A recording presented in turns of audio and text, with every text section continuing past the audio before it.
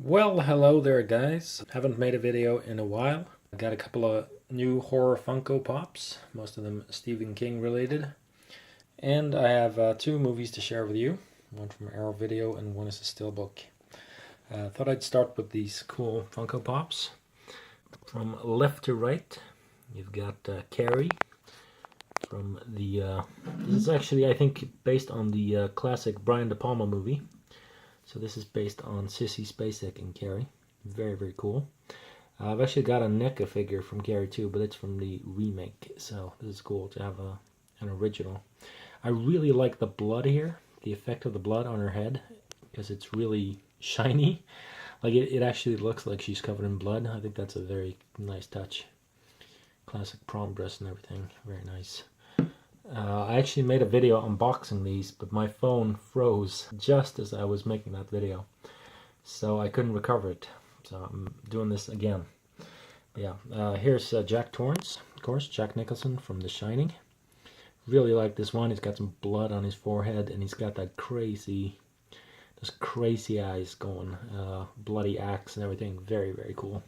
It's really cool to see collectibles from The Shining and from it and all those classic horror films that I grew up watching. Never imagined in my life that I would be owning figures of Tim Curry or Jack Nicholson or anything like that. So really, really nice Funko Pop there.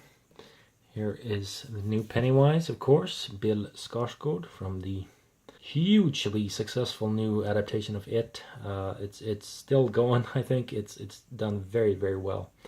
I mean, very well reviewed. You can check out my review of the movie if you wanted to. I didn't love it, but I liked it a lot. I think this Funko Pop is beautiful though. Really, really nice job on this. Just the amount of detail on this is pretty staggering, to be honest. If I can focus in, like the intricate little details in his costume are just beautifully done. Like you can see the stitching, all that stuff everywhere. The little Georgie's little boat. You can even see, if we zoom in on his forehead, you can see the little cracks up there.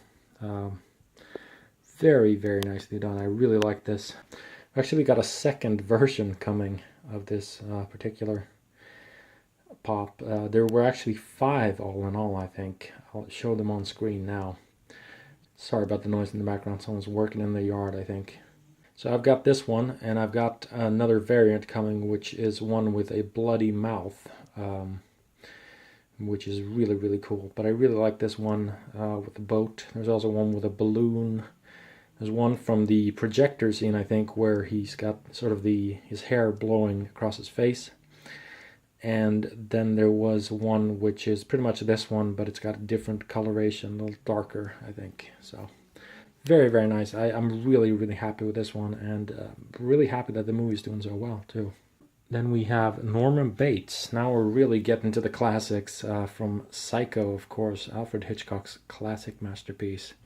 This is really cool. I really fell for this one straight away. I really like the fact that we see Norman, not just regular Norman, but in his mother's getup, wearing his mother's clothes and even that wig. You can see his real hair sticking out there from underneath the wig. I think that's just such a cool touch.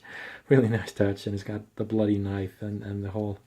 The dress is very intricate. Like, these Funko Pops are really getting intricate and detailed. There are these minute little details that you can feel the texture with your hands. I really love that. I love when they work in a lot of detail. So very cool. I'm very happy with these. But like I said, I've got one more on the way, and that is bloodied open mouth variant of Pennywise. So let's have a look at some movies, shall we? So the first movie I want to talk about today is a classic Lucio Fulci film, an Italian giallo film, Don't Torture a Duckling. Most casual horror fans or casual movie fans have probably never heard of this. And they're like, what the hell is Don't Torture a Duckling? If you've watched a lot of old Italian films, you'll probably be familiar with Lucio Fulci. He is one of the 3 great classic Italian directors, along with Dario Argento and Mario Bava, I'd say. And the thing about Lucio Fulci is that he got the nickname the Godfather of Gore because he was always making these bloody, gory, violent films. But this is more of a mystery. This is more about a small village in the south of Italy where children are being murdered.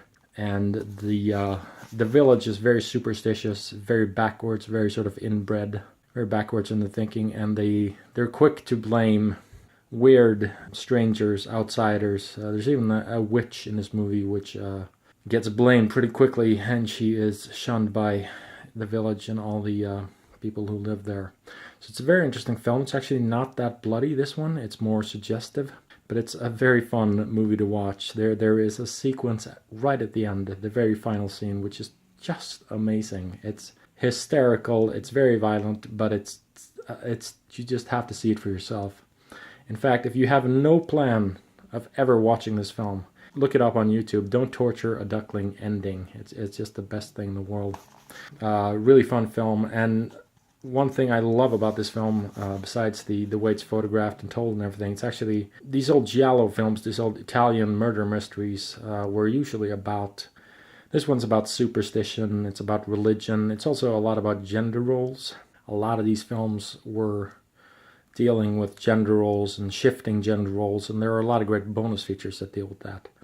But it stars one of my all-time favorite classic actresses, Barbara Boucher. Just one of the most strikingly beautiful women who ever lived.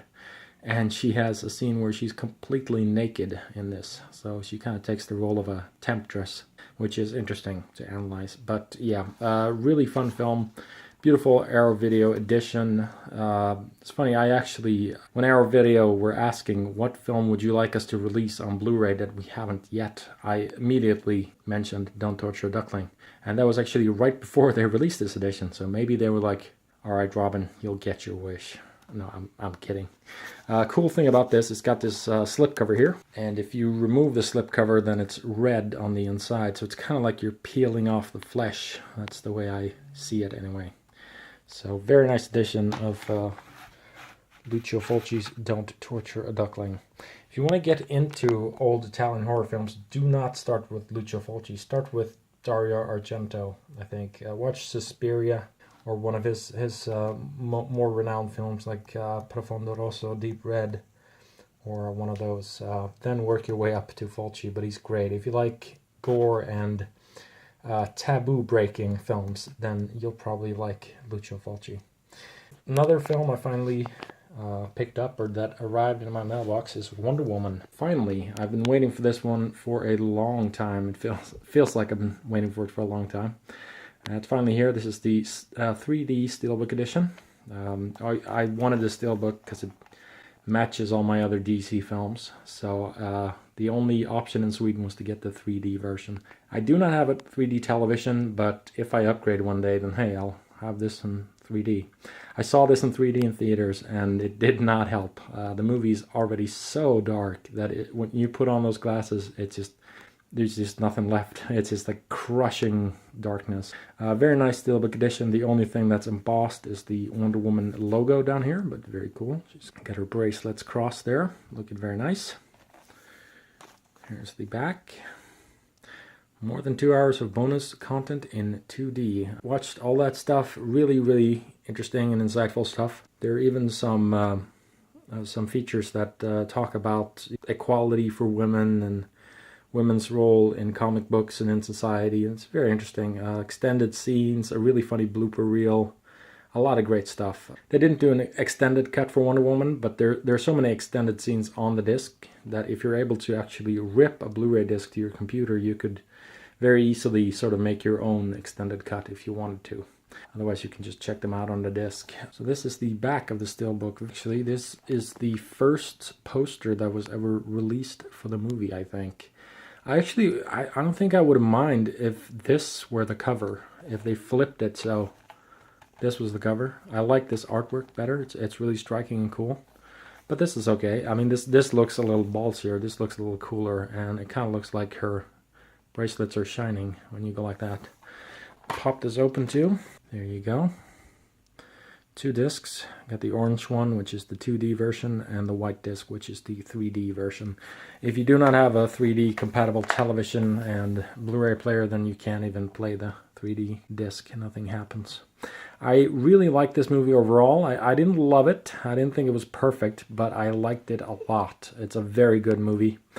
It's been very, very successful, and I'm really happy to hear that. I kind of knew that if this movie was even halfway decent, it would make big box office, because it's taken them 75 years to make a Wonder Woman movie, and I think women are underrepresented. They need good roles, good heroines, good movie roles. They need good representation in cinema and in culture in general. So, but yeah, a very good movie. I think the ending is a little bit doesn't quite live up to the rest of the movie, and I'm not crazy about the way it looks sometimes. Like, it's got those crushing blacks, and it's got that cyan thing going on, which I'm just so sick of.